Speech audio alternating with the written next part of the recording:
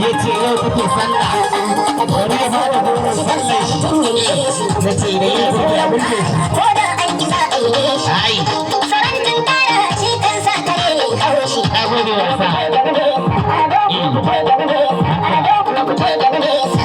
wanda ke bayan sa ya tsaya